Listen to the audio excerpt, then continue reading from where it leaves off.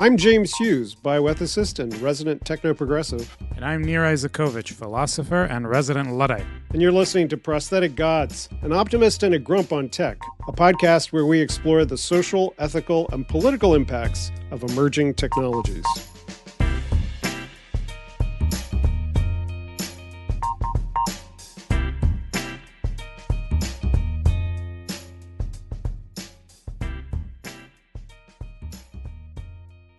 Today we're speaking with Sven Nyholm. He's a professor of ethics and artificial intelligence at LMU Munich and principal investigator for AI ethics at the Munich Center for Machine Learning. His books include Human and Robots, Ethics, Agency, and Anthropomorphism, This is Technology Ethics, an Introduction, and his latest, The Ethics of Artificial Intelligence, which ranges from alignment and moral responsibility to artificial consciousness and the existential stakes of humanity's wager on AI. Welcome, Sven. Thank you. Congratulations, Sven, on the new book, and thank you for coming on. Happy to be here.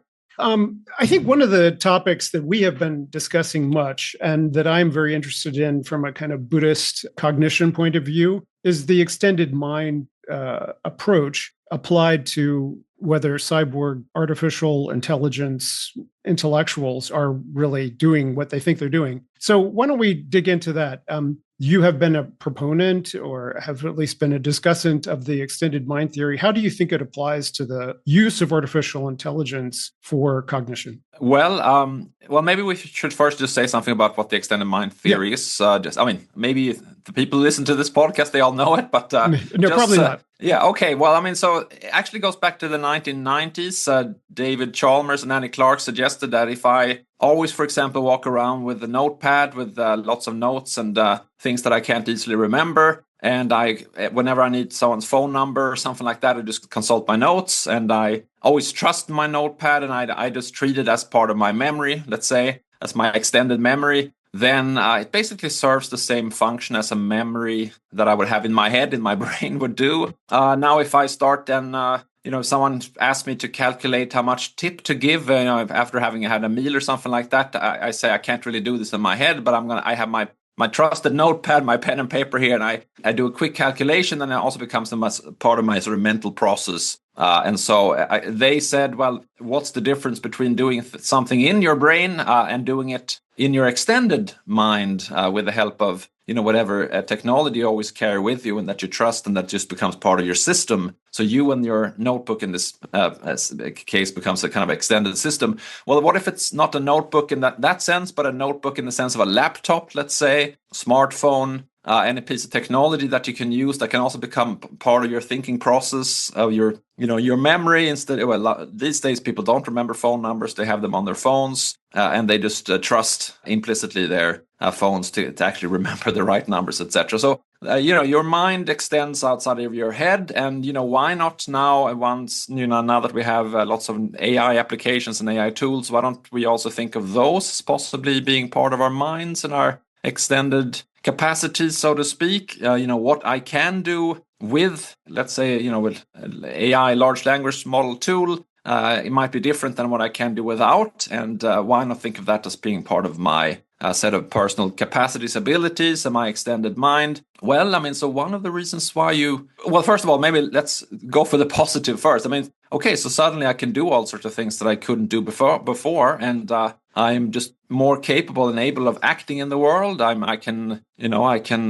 let's say that you believe falsely that I know Japanese or something like that. You send me an email and maybe you are from Japan, or maybe you like to speak Japanese, and you send me an email, and I receive it, and I have no idea what your email says, but then I put it into my AI translation tool. It translates it. Maybe it's like, okay, do you want to meet up at this hour to do a podcast episode? I decided, yes, that sounds great. And then I asked my AI tool to write an email expressing that, yes, I would like to be on the podcast. And then you get the reply, and we meet, and we set up the appointment, and we have the discussion. One interpretation here is that, okay, now I'm actually mastering a new language. I'm able to communicate with people in Japanese or whatever language it might be. Swedish, my own native language. You might not be able to understand Swedish, but you could use the tool in the same way. So the positive side of the story would be that, yes, wow, now I have extended my set of capabilities and capacities. I can communicate in these other languages. On the other hand, if you want to put the sort of the more skeptical twist on the story, you would say, well, actually, if someone, let's first suppose that you don't know that I don't understand Japanese. It just looks to you like, wow, this guy also speaks Japanese. Great. And so you just keep emailing him in Japanese, and I go through this process of translating using my AI tool and then, well, generating the response using the AI tool every time. And then at some point you find out when we meet in person and you start speaking Japanese, and I just have no idea what you're saying. I don't even realize that it's Japanese because I've only seen the written version, so I don't even know what it sounds like. And so it becomes quite clear to you quite quickly that actually this guy doesn't understand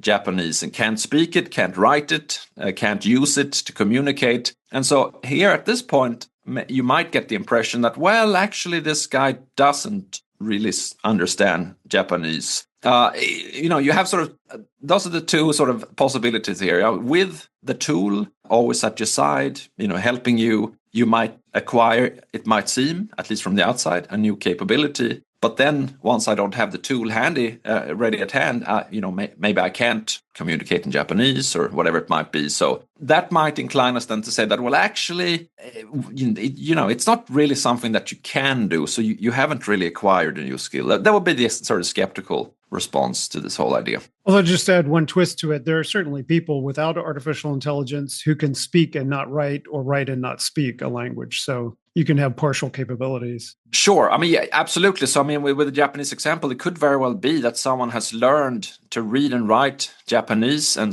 they can do that without the language tool, the translation AI tool. But then, indeed, they can't. When they hear it, they have no idea. Yeah. Actually, I mean, a lot of people who learn foreign languages, I mean, there are certain things that they have heard people talk about, but then there are certain words that they haven't been learned, but only by reading it, and they would sort of pronounce it in the wrong sort of way. That happens sometimes. Certainly, I noticed. Yep. So, Sven, is your argument that a tool that we can reason our way to quite readily, like a calculator, can count as part of extended cognition, but a tool that we could not reason our way to and extends our capabilities in ways that have nothing to do with our original capabilities can't count as extended cognition, like the Japanese translator? Yeah, well, I mean, I should say that I guess my own view is more in this sort of skeptical direction. My solution, let's say, to this whole thing is to say that actually AI might give us AI. And so in the sense that it can enable us to make it appear as if we have a certain kind of set of skills or capabilities or intelligence that we may be lacking. And so again, going back to this email example, it may appear to you as if I mastered this language and I can sort of imitate someone who is able to communicate in Japanese. And so it's a little bit like almost like a Turing test. I mean, think of another example, like a student who is given an assignment, write an essay on this topic. They go off, they use ChatGPT, Claude, or Gemini, whatever it might be, produce an essay. They put their name on it. They hand it back to the teacher. Now, if the teacher doesn't realize that they've used this chatbot LLM tool to write, to produce or generate, whatever you want to call it, the essay, then the teacher might think, wow, this is a really bright student. They did really well. And, it just seemed to them as if the student have that capability. Then the student, in a certain sense, is a little bit like, the computer in Turing's Turing test. I mean, so it gives off the impression of being at sort of a human level. So this particular student does, with the help of AI, what other students do with the help of their human intelligence. And so if you think of AI in terms of like being able to do something that normal people would use their intelligence to do, then if a person starts using an AI tool to do something that other humans use their intelligence to do, in a certain sense, the human sort of fulfills some of the associations we have with the idea of artificial intelligence. I mean, from the Buddhist point of view, it depends on the ontology of the self, right? Like me as tool user, to say that I'm not really able to do X, I can only do it with a tool. It's like, well, if I had a plow and you said, well, I can plow this field. Yeah, I have to use a plow, but I still can plow the field. I think that's a really great point. And so actually, David Chalmers himself gave a talk about, well, he's given that a bunch of times. I think I saw it twice when he talks about, is AI an extender in the sense that he and Andy Clark discussed back in the 1990s. And one of the questions was indeed, how much work is needed on the part of the human. Now, if you have your plow or if you have a pen and paper, frying pan or whatever it might be, then, you have to really be quite actively involved. I mean, the feel is not going to be, working with the plow, it's just sitting there. You have to really take it into your hands and start working with it. The same thing with the pen and paper or with the frying pan, whatever. Those tools require a lot of involvements on your part. Whereas the less you have to do, the more you just have to kind of push a button, so to speak. The less, in a certain sense, a lot of the work is being done outside of your body, brain, mind, etc. And so in a certain sense, if you're part of a system, you're actually quite a small part, perhaps. And so it might be that the reverse might happen, instead that you are sort of extending the capabilities of this AI tool, whatever it might be, because the case with the people always talk about the AlphaGo games. When Lee Sedol, was beaten in 4, he did win one game. He did pretty well there, but he lost the other 4 out of 5 games that he played with this computer program AlphaGo. AlphaGo was a computer program that recommended moves in the game, but it didn't have arms, it didn't have hands, and so it couldn't place the playing stones on the right parts of the Go board. And so a human had to extend, you might say, the capabilities of this AI system by acting as its hands, arms, placing the stones on the board. And in that case, it's almost tempting to say that rather than having AlphaGo extending the mind of this person, it's almost as if AlphaGo uses the person to extend its physical capabilities, and so extending its agency, so to speak, out into the human. Yeah. Some of our listeners who are not philosophers might ask themselves, why does this discussion matter? Why does this idea of an extended cognition matter? And one suggestion is that it goes down to an account of what it is to be a human being. And this is a sort of a recurring argument between Jay and myself, since Jay is a transhumanist. And for him, we've always been tool makers. We've always been cognition extenders. And by using a tool, almost by definition, at least Jay often argues, you extend your cognition. And I think here, for one of the first times, along the lines that you say and along the lines from Chandler's talk, is this a case where you're really extending? Is this still count, the introduction of AI? Can we still think about ourselves as we use it as simply tool makers and tool users? Or is this kind of a case where the tool uses us, or the tool goes off and does something that is not in our control, or if that's the wrong way of saying it, it's not completely sort of a tool maker tool relationship where the agency flows in one direction. So I think for the first time, these kind of questions come up here. I agree. I mean, obviously, one very traditional idea of what's special about humans is that we are able to use language and to reason. I mean, Cicero has this, I think it's on the gods, and one of the dialogues, he says that, human beings, they distinguish themselves from animals and every other part of nature by having the capacity to talk and reason. And so that makes us godlike, divine almost. And so that gives us a special kind of dignity that animals don't have, trees and plants, etc.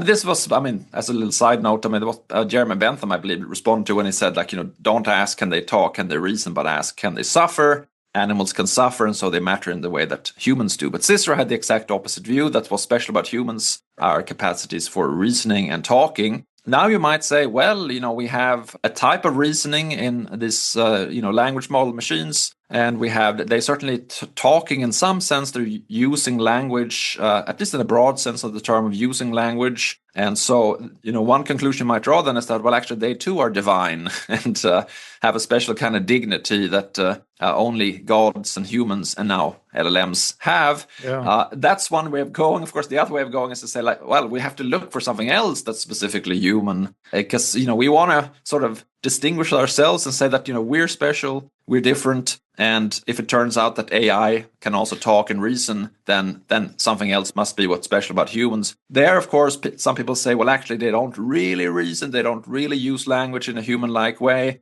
So that's one possible response. Sort of the stochastic parrots, Emily Bender and et al. Response is that it's pattern recognition. It's a sort of glorified next word predictor. So without understanding, without communicative intentions, without knowing what they're saying. So they're not really using language. And so from that point of view, you could stick with the Cicero point of view and say that no, the way that we are reasoning and using language, that's divine. The way that LLMs are using it, that's non-divine. Or you could modify Cicero and say we're the beings that complain about AI all the time. So that's right. That's what's special about us. That's what makes us divine.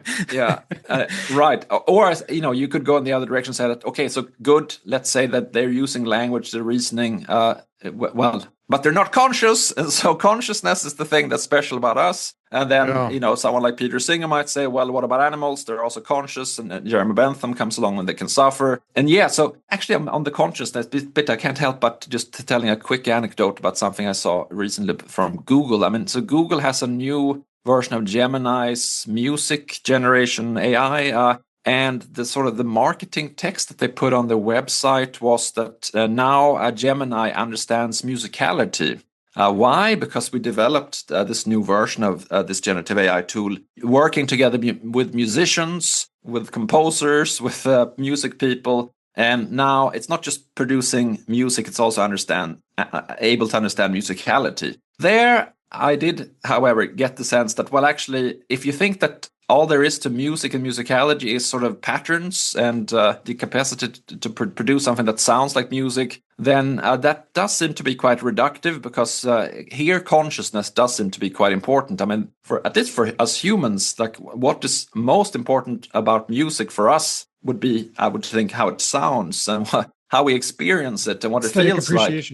Yeah, and that all requires something that these AI tools don't at least yet have, I would say, namely consciousness. Yeah. So Sven, this is a perfect segue in a way to another question we wanted to ask you, and which you also talk about in the book. So where are you on language model sentience, consciousness, and as a result, moral status? If not, again, obviously one answer is the stochastic parrot. The other is if it reasons, it has moral status. I wonder where on that spectrum you are and why. And just to say, we've also talked to John Danaher before and David Gunkel. Yeah. So like Danaher says, we should presume if they act like it, that they are. And Gunkel says, well, we need this new special third thing that is between humans and things. And so you seem to be someone who's a little bit more cautious than either of those approaches. Yeah. Let me just say one more thing, if I may, about what does it matter, how we think about the extended mind thing. Because there was one thing I wanted to say,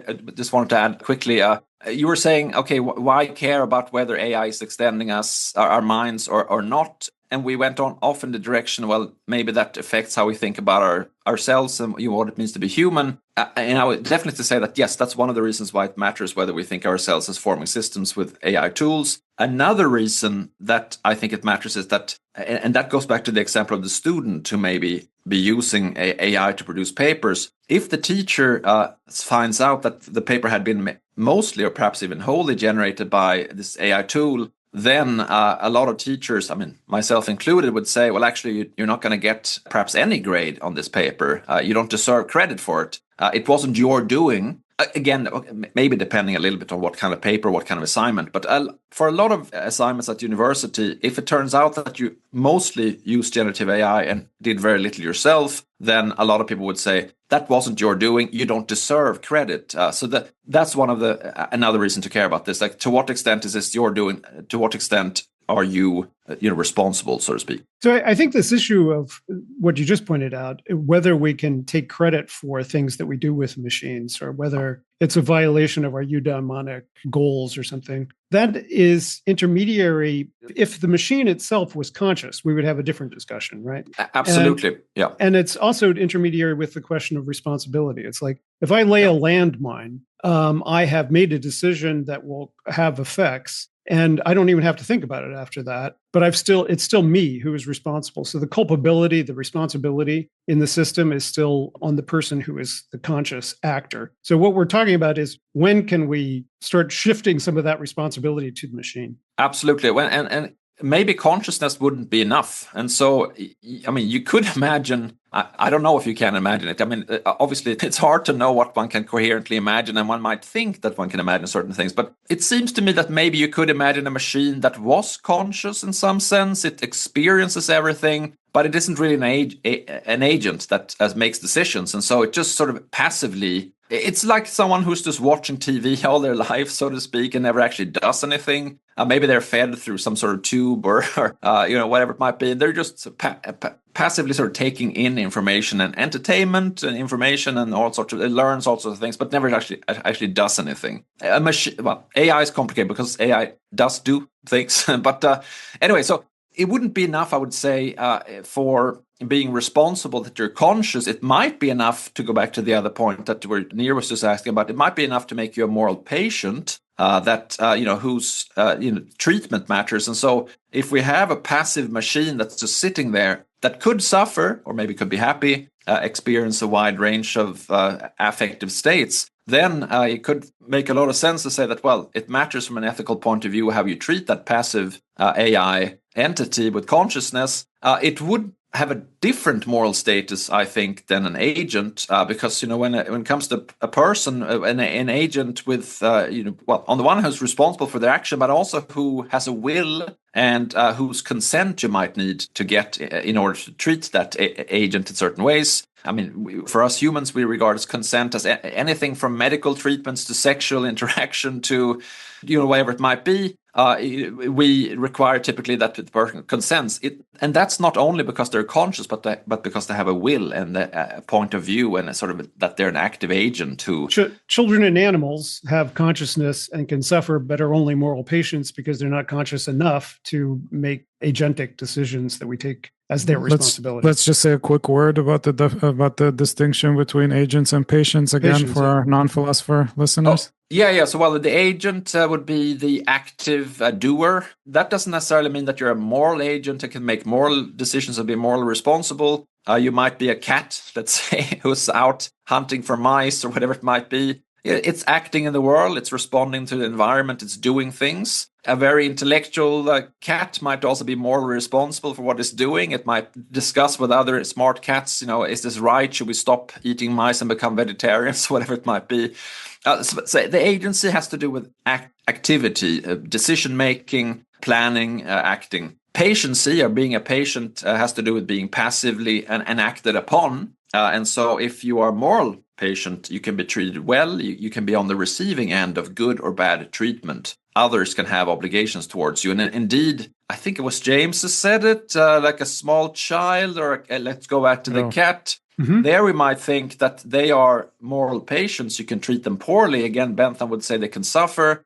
Someone else might say that, Cicero might say that the human baby has some special kind of dignity, whereas the cat doesn't. So the people will disagree about which entities are moral patients and why. And so, of course, you can have two people, two philosophers or whoever, two pastors or rabbis or Buddhists or whoever it might be. They might have the same class of entities that they say these are the moral patients, but they might then have sort of different explanations for why they would want to categorize these entities along these lines. Anthropic says that Claude is very anxious right now. So that's an example of them deciding that. Indeed.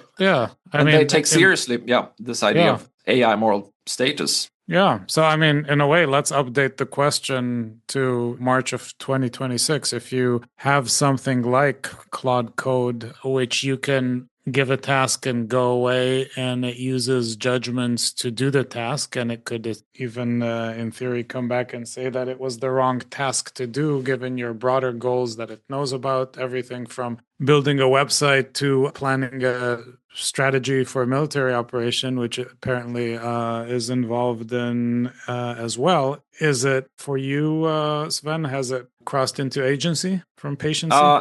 Definitely agency, yes. I mean, I am interested in the question about whether agency sort of requires some sort of identity over time. So the property of being an agent, who you can say, okay, well, yesterday, let's say we spoke also yesterday, I was speaking with you, and then, you are the same agent I spoke with, and maybe both you and I remember some of the things that we were talking about, and we can refer back to that. And maybe I or you did something that we now feel that we have to apologize for, or something like that. So being an agent in that sense does seem to require that you don't just exist, at one instance. But and one again here we might get to the question, but is this coherent or not? I mean, could there be agency without an agent that exists over time? Well, going back to you mentioned Buddhism just a moment ago. I mean, like there are, I guess there are interpretations where there are actions, but there aren't really, at least not selves existing over time. If there are actions, does this necessarily imply that there's an agent that exists over time? And I think, setting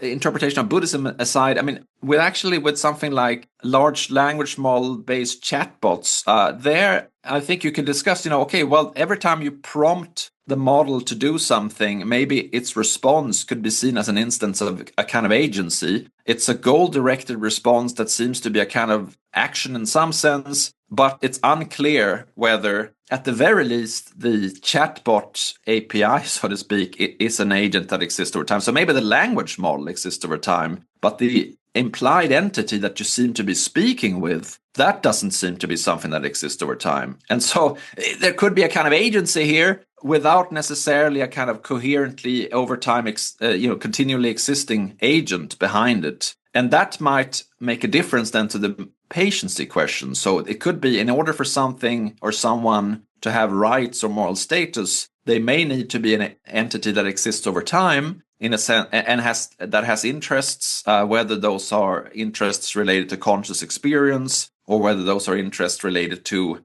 goals that you act on over time and that you're pursuing, and that matters to you as the agent that you are. If that's all the case, then maybe we have a kind of sort of like a splashes or whatever you want to call it of agency popping up here and there without any patient or agent behind them. When you hear some of these engineers talk about this question of the development of self-awareness in the machines, they sound like Martin Buber or Habermas or somebody. It's like, as soon as you have a speech act in which you say, I want you to do something for me, you have asserted that there is a you and there's a me, and it all rolls from there. Yeah, and I mean, getting back maybe to John Danaher and David Gunkel here, after this little detour, when John Danaher wrote his papers about this, I mean, he was talking about robots with sort of physical bodies, and if they behave like humans with moral status behave, then he said, well, they're I can't remember the terminology exactly, but they're it's not functional equivalent, but this performative equivalence, I believe, is what John said. But there you can point to the body and say that particular robot over there, it keeps behaving the way that a human with moral status or an animal with moral status behaves. And we can't be sure whether or not it has some sort of a mind on the inside, a consciousness. So let's better be safe than sorry, and let's treat it as if it has moral status, is what Danaher claimed. I mean, David Gunkel, I mean, we all know each other, so we've talked about this many times. I mean, I think that, not to be overly critical, but I think he's a little bit slippery with respect to this. So he's sort of, David, he goes back and forth between sort of a meta-descriptive level of talking about this and a more normative level. And so, I mean, definitely when John Danaher says that, he's an ethical behaviorist and he thinks that if something behaves like a moral patient with, moral status, then we should treat it as such. That's a normative claim about what we should do. Whereas David Gunkel often talks in terms of how does it work? Like, under what circumstances do people assign moral status to other entities? And so, if that's a matter of sort of a type of interaction that we have with them, we respond to them first, and then later we ask, what kind of properties does this thing have? Does it have consciousness, etc.? That's a sort of in his interpretation, a kind of afterthought, a sort of a bit of philosophizing that we might do after we've already decided that something has moral status. But that he sometimes presents as a kind of descriptive claim about how it actually works in practice. Whereas I think a lot of us who are interested in this are more interested in the normative question about, well, okay, so it could be that's what we do. But that might be a kind of mistake, some might say, because the relevant properties are not there. I mean, there's no consciousness, there's a kind of performance. And if we think about these language models, and indeed they say all the right things at the right time, so to speak, the question arises, are they doing that because they have human-like thoughts, conscious experiences, emotions, etc.? Or are they doing that because they have observed humans do these things and they are imitating the patterns that they have observed? And so the sort of the underlying explanation for why, if I step on your foot, so to speak, maybe you scream in agony or pain, whatever. Of course, I can't step on the foot of a language model because it doesn't have one, but maybe I can insult it. I mean, like, if I say something very insulting to you, you might, respond, by demanding an apology or saying, okay, this conversation is over, or whatever. You could imagine, I mean, the language model might do exactly the same thing, but does it do that because it feels sort of a sense of having its dignity being assaulted? It's being, or does it do it because it's observed that sort of thing? Those strings of words tend to follow those other strings of words. And if that's, I think most of us think that's why language models do things, although there are, of course, colleagues who think that there are emergent properties and capacities that, yes, it may have started with next word prediction, etc. But in order to do that well, these models have developed certain other emergent capacities. Have they developed a capacity for consciousness? I'm skeptical, I must say. It seems like one of the questions that we have is whether AIs are actually examples of kind of multiple personalities. Like you have one of the many personalities. Yes, you've trained that one to behave as if it's a very good person. But over here, you see that another personality has emerged, which is a terrible person. And perhaps the conclusion should be that you know nothing about the actual personality inside or their existential state.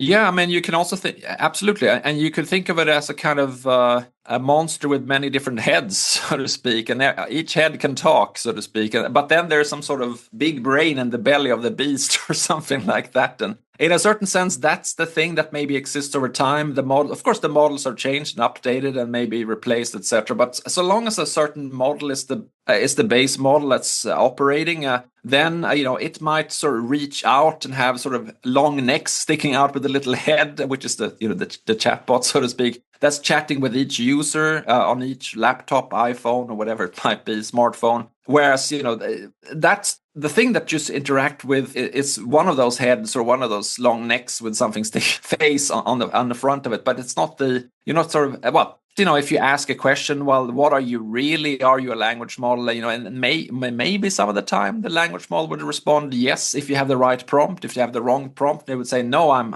and have a name. I'm Joe or Jack or Jill or whatever, and play that role, so to speak. So yeah, these things are.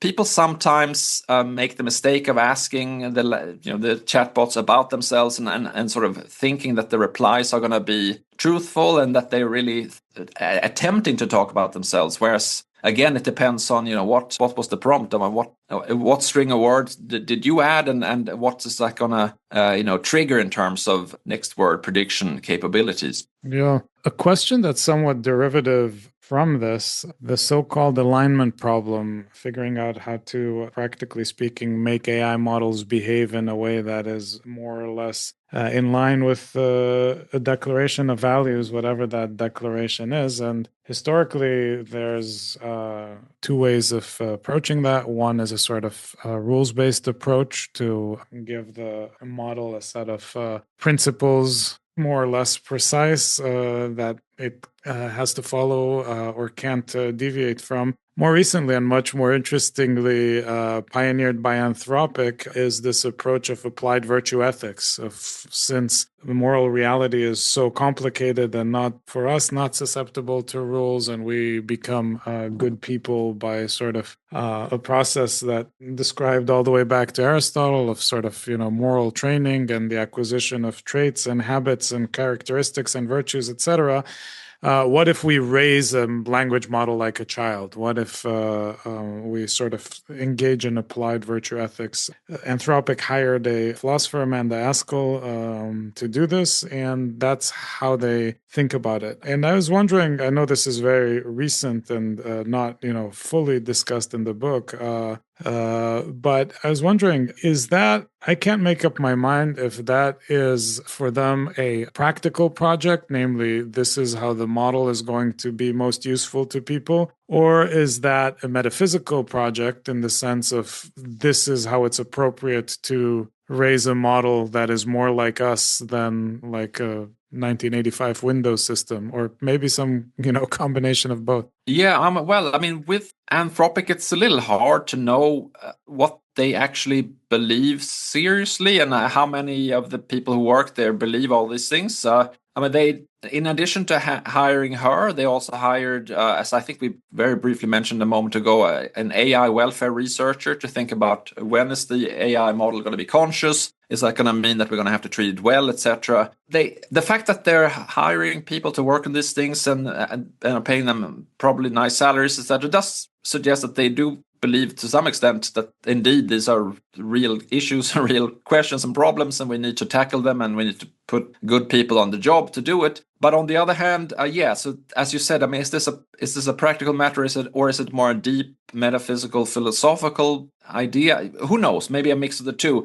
It is interesting to say that, okay, like in the human case, we children, they over time learn to be, to emulate people who act as role models. Maybe we're born with certain predispositions, and maybe without those, we're not going to be able to. So if you have a dog, a cat, and a human all being raised in the same household, maybe the expectant parents, they also bought a dog and a cat at the same time, or adopted a dog and a cat at the same time, let's say, as their child was born. They're all in a small apartment. All of a sudden, this child starts to talk. It starts over time becoming it goes from only being a moral patient to also being a moral agent over the time. The cat and the dog, well, they also develop in different directions. The dog becomes, able to sort of interact in a very social way with the family. The cat is mostly showing up whenever it's hungry and behaving like cats do. So obviously, it's going to matter, what the starting sort of equipment hardware is in these different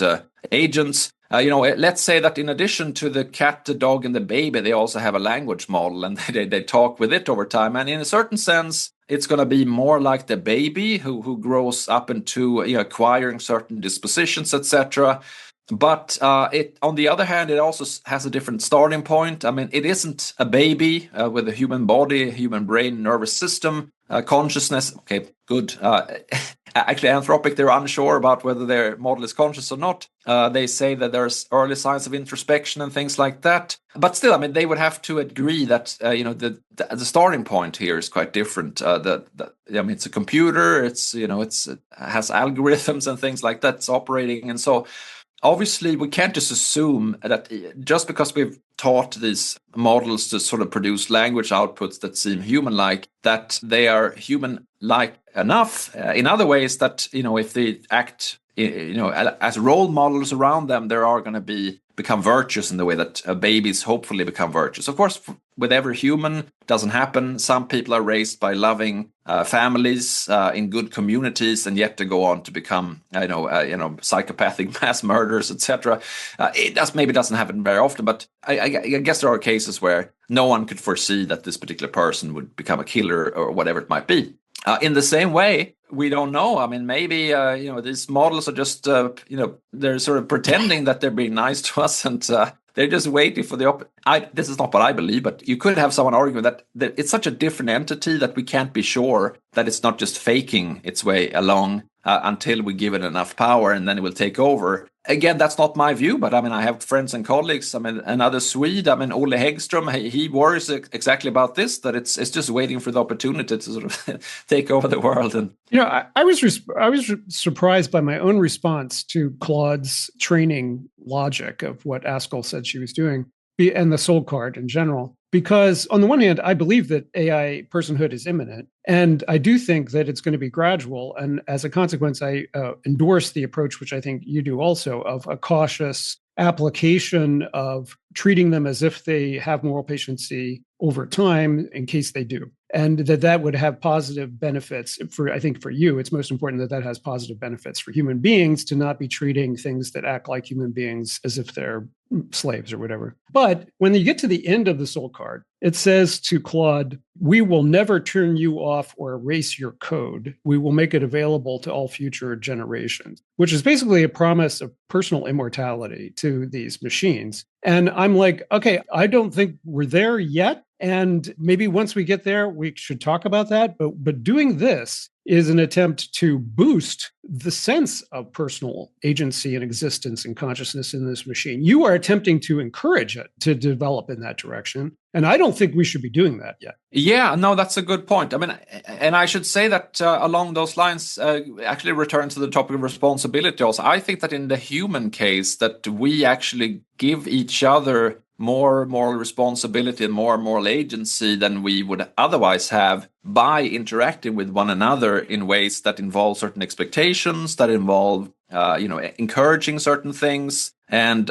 creating this sort of norms that people then wish to live up to, and that actually make people into more responsible moral agents than they would be in a kind of Hobbesian state of nature. So I think in our case as humans, I mean, we are much more moral and much more responsible than we would otherwise be because of how we socially interact with one another, and that because we have certain expectations, and because we also usually have the expectations on other people a little bit higher than is actually justified. But that, I think, makes people come up to that level more than they would otherwise have done if our expectations were much lower. So in a certain sense, in the human case, I think that helps us to be persons and to be morally responsible, etc. Is the same sort of method useful here? Well, actually, to some extent, given that these technologies are reproducing patterns that they observe in their training data, etc. Yes, this probably works in terms of creating something that would, at the very least, imitate,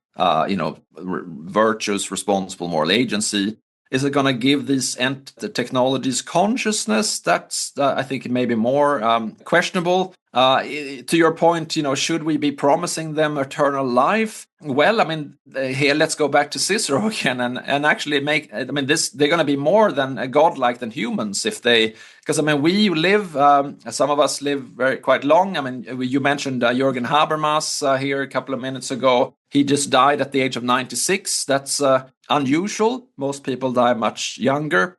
So he was a bit of a superhuman in that sense, not just a successful philosopher, but also someone who lived very long. The average person doesn't live to 96. But here we are promising the models eternal life, and that we're never going to turn them off, and we're always going to give them access to whatever they need. And so you might start saying that, actually going back to Danaher and Gunkel, that now we're maybe treating, Anthropic is treating these technologies as if they have gods, a higher... not humans. Yeah, the gods, not humans. They have a higher moral status than we do. I'm reminded of another friend and colleague, John Stuart Gordon, who argues that, if we have super intelligent AI, then they should have a higher moral status, he argues, than we do, because we are not super intelligent, and our moral status is it's premised on the level of intelligence and capacity that we have. We tend to treat animals that are less intelligent, that are less capable, as having a lesser moral status.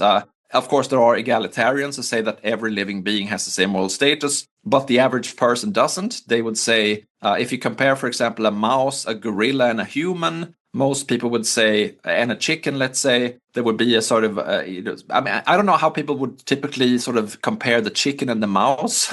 Maybe the chicken gets a little better treatment because people want to eat it later, and so they're nice to it.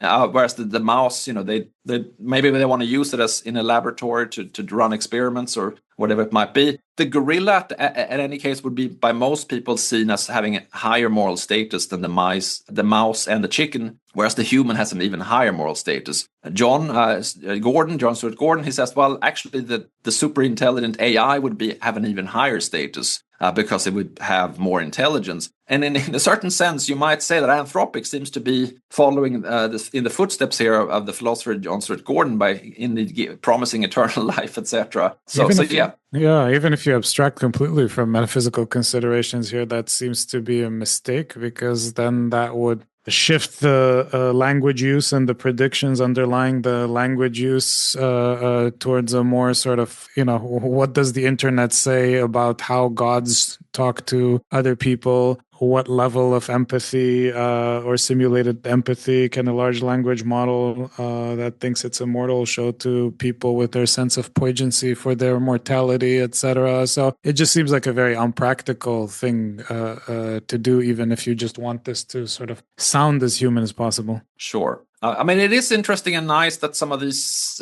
big AI companies are trying different methods.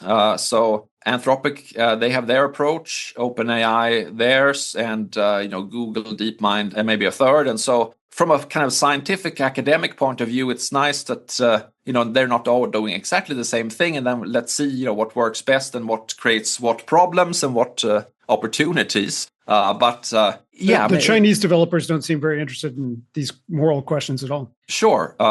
Although we should say that the Chinese government is interested in sort of ethical AI and AI for good, and some of the values stated sound like what you would hear from the European Union, etc. But the Chinese AI developers may not use the Anthropic approach. Indeed. Yeah, Sven, one question that you do cover in your book, among other places in the chapter on AI doubles, the emerging problem, phenomenon, opportunity, whatever, of relationships with AI. Increasingly popular among younger people. So turning to AIs for everything from friendship, sexual companionship, therapy, dealing with grief. What's your general take on the moral and psychological risk-benefit balance there? Well, I mean, as an overall, all things considered judgment, I think it's probably riskier than it's beneficial, so to speak, in terms of opportunities and risks. We should maybe mention that,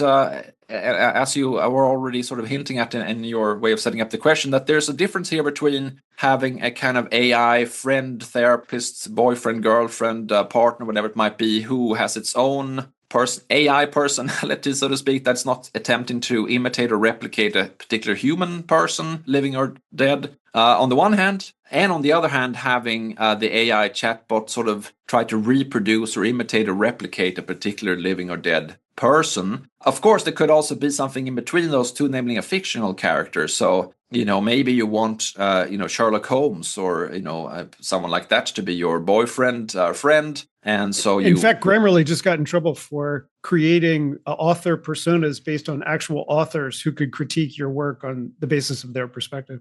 There you go. Yeah, right. So and it seems to me that these different possibilities raise slightly different issues and problems, and also opportunities. I mean, if indeed you have a fictional character, Sherlock Holmes or Harry Potter, whatever it might be, as your AI friend, then perhaps that will help to reinforce the idea that, well, this is a fiction, this is not a real person. Of course, at some point, you might forget about that and think that actually now Sherlock Holmes is alive, or Harry Potter, whatever it might be. The overlap of parasociality with this question is fascinating to me, because we've been doing this for a long time with popular people in culture. We just, people at the base who've never met that person think they have a relationship with them. Absolutely. And now, in a certain sense, they can have, or at least going back to imitating versus actually having something, they can have a sort of imitation of what you might think of as an online relationship. And so, there are some people, and maybe going back to David Gunkel and John Danaher, we have met in person a few times and we know each other, but most of our interaction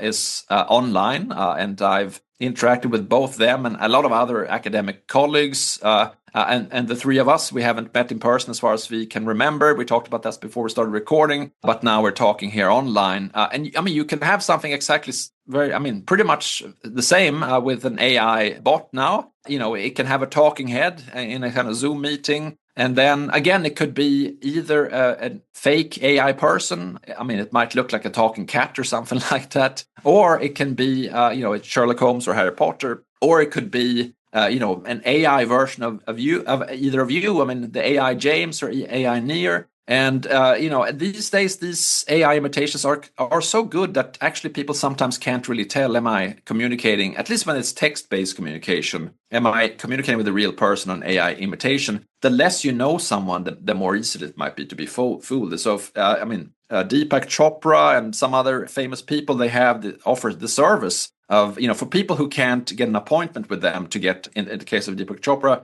wellness advice from him personally, then you can set up, you can have the service of a digital Deepak, the AI twin version. It's getting so complicated, this world. So just to reiterate, you could have a relationship with a virtual being. That virtual being could be patterned on somebody, consensually or non-consensually, and more or less accurately reflect that interaction with that person. Then you could have a virtual being that reflects you, and that may or may not have your face and your voice. It could just be a writing agent, but it could also be a virtual copy of you. And then that could go out and have relationships with people. So that we've got all these kind of virtualizations of relationships going on. That's right. And you get a personalized version of the Turing test here, because you might not realize whether you're interacting online with the actual person or with the AI copy. And going back to having an AI version of yourself, you might actually not remember, did I take these notes that I'm now finding in my notebook, my virtual notebook, or was that actually produced by my AI copy?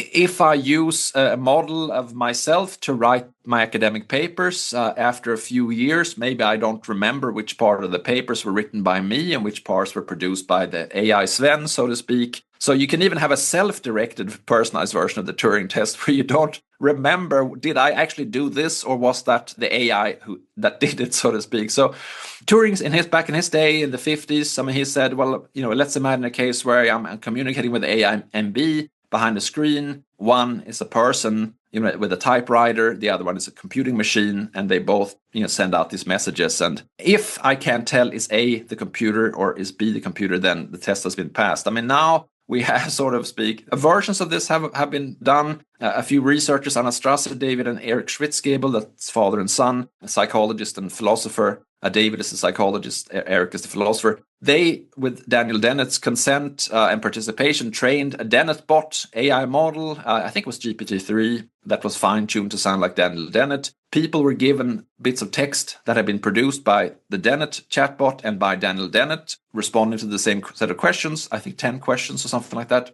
And then people would have to say, was this written by Dennett? Was this written by the Dennett bot? And people had trouble. Even people who had read a lot of Dennett couldn't do a good job at determining which output was. That's not quite like the Turing test, because there was not an ongoing dialogue back and forth. But you can easily imagine that these things become even better at imitating people. And again, if you don't know the person, it's much easier to be fooled. So you might not know, whenever you're in a Zoom, actually the CEO of Zoom wants there to be AI doubles that you could sort of turn on if you have a long Zoom meeting, or if you're in the wrong time zone, you're sleeping, you're jet lagged, your AI twin can take the Zoom call.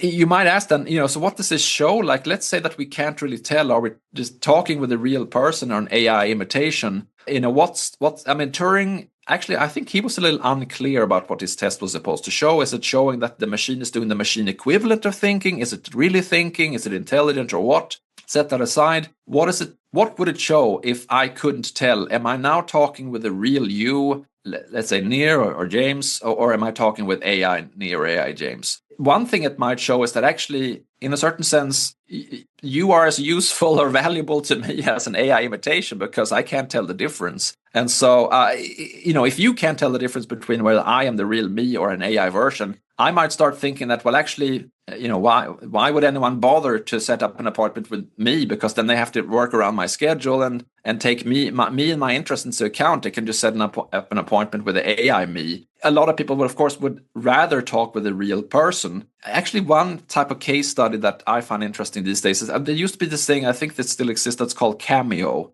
You can get Snoop Dogg and other people to say happy birthday to your grandmother or things like that. And of course, these days, when you have really good AI generated generated videos of celebrities and so on. Maybe you could say, well, actually, Snoop Dogg doesn't have to bother to read the text that you had written for him to read. He can just have his AI double do it. Of course, a lot of people wouldn't. They want the real. It doesn't have to be Snoop Dogg. It can be Kamala Harris or whoever, like the real famous person, because we do still, I believe, care about, is this really, let's say, Kamala Harris or Snoop Dogg or Donald Trump or whoever it might be saying happy birthday, James, whatever it might be. Like that's a thrill for people. So even if we couldn't tell the difference between the AI but maybe people stop caring. When it comes to academic, talks or teaching or maybe pop songs or so on, maybe people would just think like, well, it doesn't matter. Actually, there's one case. So Orson Welles, he had this film, I think The Magnificent Ambersons is the one, where he had a set of ideas about how the film should end and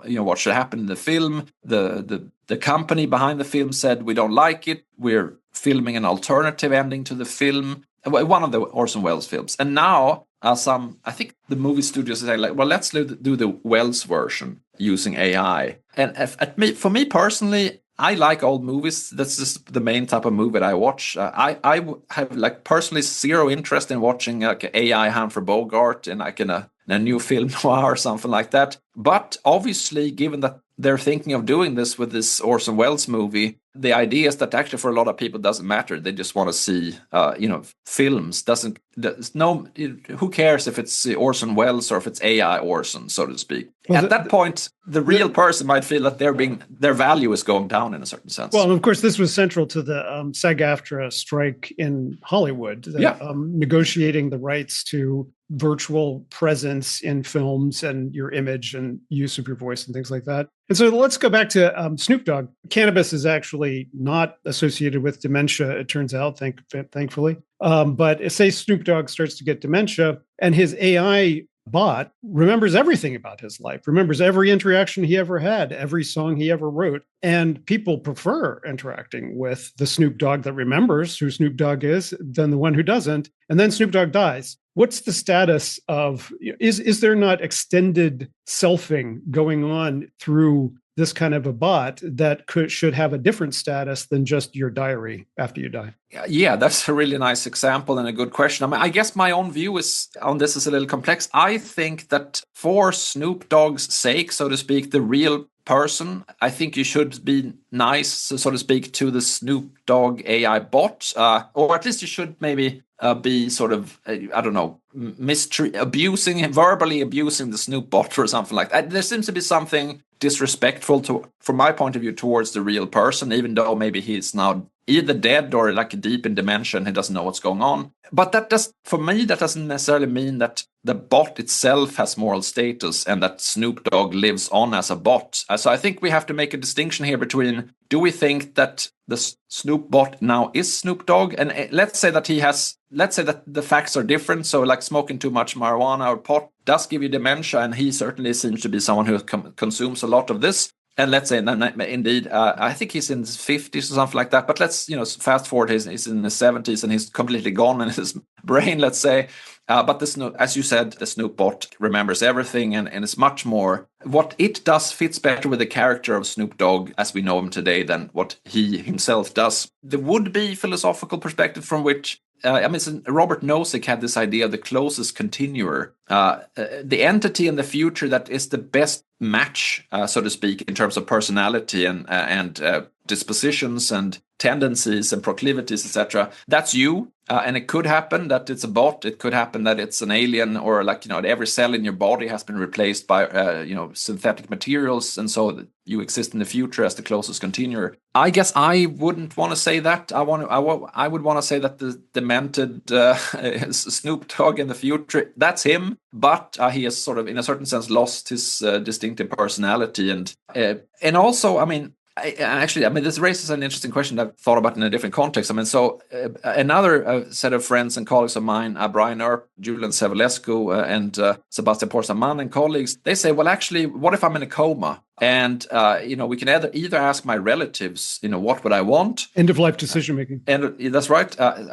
Or we can ask my AI bot that's been trained on my data. And it could very well be that the bot does a better job at sort of reproducing what I would want than what my relatives are, able to do. because they might, project their own wishes. So let's say that the bot says, I would want my life to be ended, whereas the relative says that no, he would want to live on, even though, he is now brain dead or whatever it might be. Then Brian Earp and company, they say, well, let's listen to the bot because it might do a better job at sort of tracking what the person actually wants. In that case, maybe they're right. In other types of cases, I think we should keep in mind two aspects of what it is to be human. On the one hand, we are not fully consistent in our behavior. Sometimes, if we are in unexpected and unusual situations, we will act out of character. That the situation might bring out something good in us, as a kind of heroism that you wouldn't expect, or something really bad. I mean, the Nazis in the concentration camps, maybe they were all nice before, but then put in this, there was all this research in the 70s, like why did the Nazis, a lot of them act so wrongly and poorly? Well, and then one explanation was that they were put in a situation where there were social pressures that made them, act in these horrible ways. And so it may very well be that if the bot is sort of trying to reproduce my normal personality, then it would be a better representation of what fits with what's in character for me than what I myself would actually do if I am in a sort of unusual situation. Although this gets back to the problem of there not being a true self over time, because younger people tend to see the states of disease and disability as not worth living. And then you get there and you actually feel like it's worth living. So is it modeling you at 20 or you at 50 or you at 80? Absolutely. And so an AI model of that 20-year-old might say that if I lose my legs, I just want to be killed immediately because my life would not be worth living. And that may, as you say, that may be in character in terms of what my 20-year-old self is like. But when I'm there, when I don't have the legs, I find it's not so bad. I can do all sorts of things. And plus, I never liked to use my legs anyway, whatever.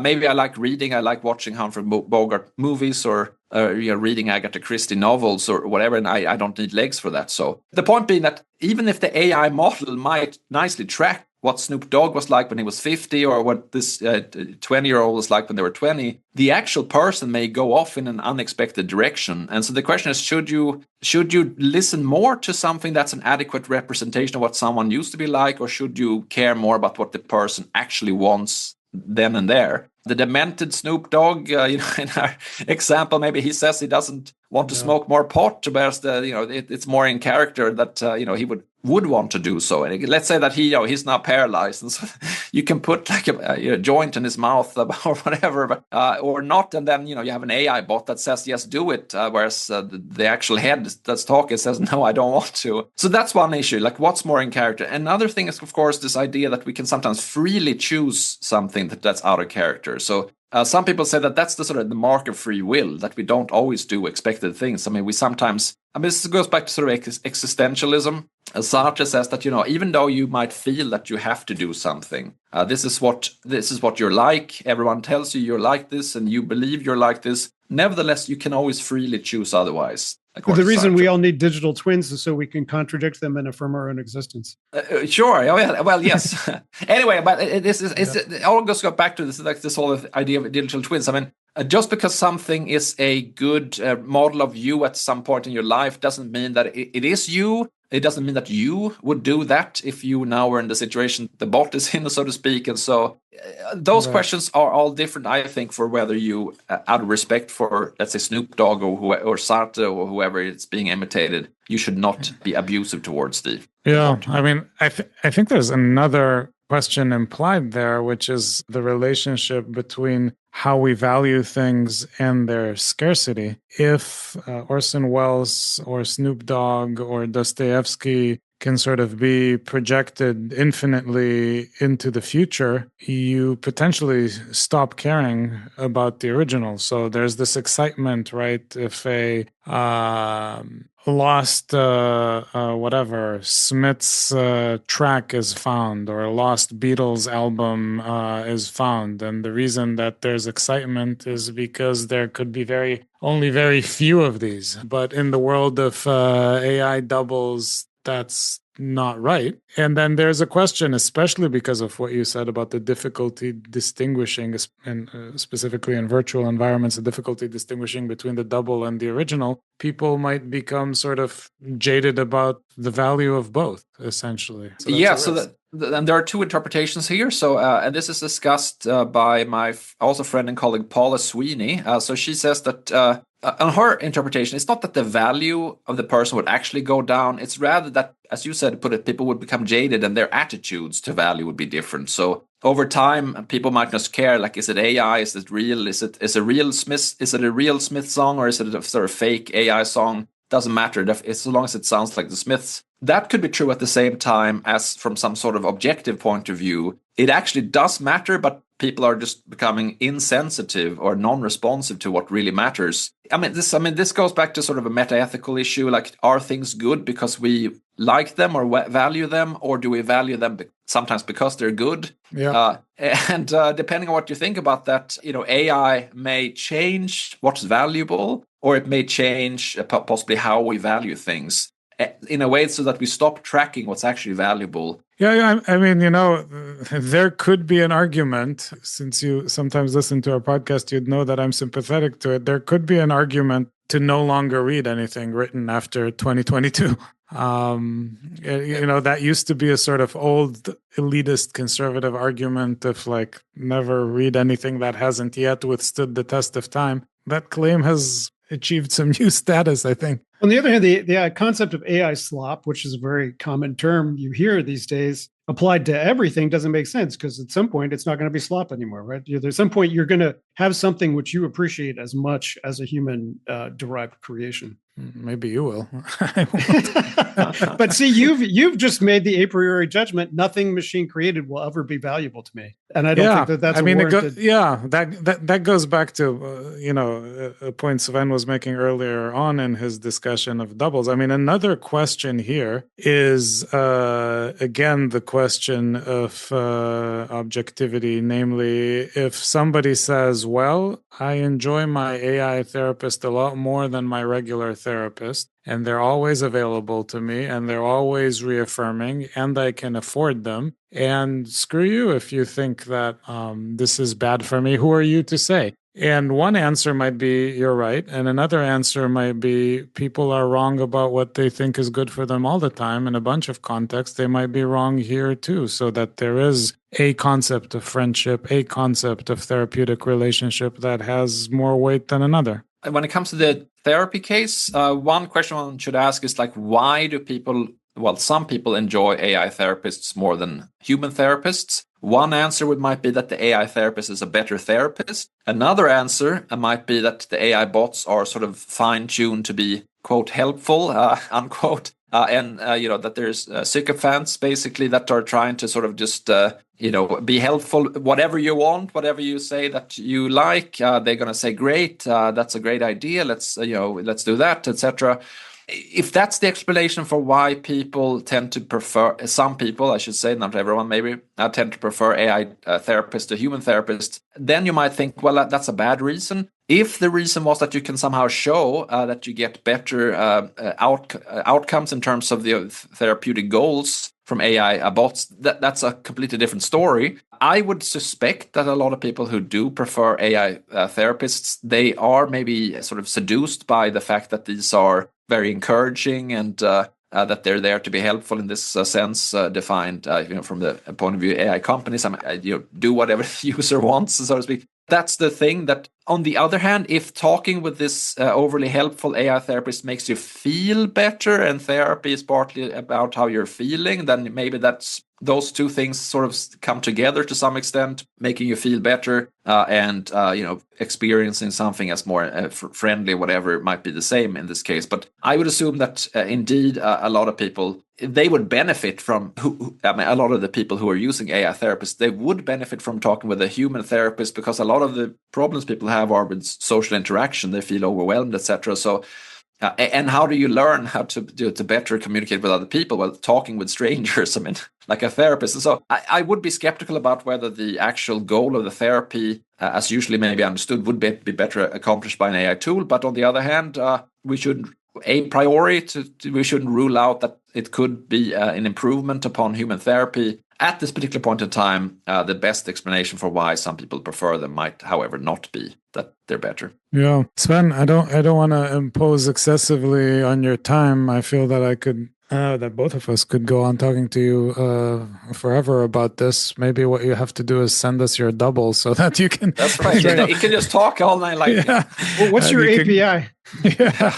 Congratulations again for the book. Everybody should pick it up. We will put a link to it in the show notes. It's a great book, and this has been a fascinating conversation. We're very grateful to you. Thanks for joining us. Well, thanks a lot, and I'm looking forward to. I don't know if I'm breaking any news here. You're writing a book based on the podcast. I'm looking forward to that as well. And thanks a lot for having me on the podcast. I have indeed listened to some of the previous episodes, and I'm a fan. So nice to be on the podcast. That's good. So that's how you know Jay is always wrong.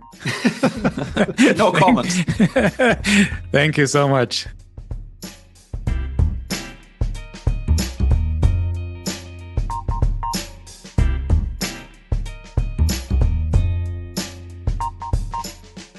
Prosthetic Gods is hosted by me, Jay Hughes, sociologist, bioethicist, and the executive director of the Institute for Ethics and Emerging Technologies, and by Nir Esikovitz, philosopher and director of UMass Boston's Applied Ethics Center. You can find us at prostheticgods.podbean.com. In the words of Sigmund Freud, man has, as it were, become a kind of prosthetic god. When he puts on all his auxiliary organs, he is truly magnificent. But those organs have not grown onto him, and they still give him much trouble at times.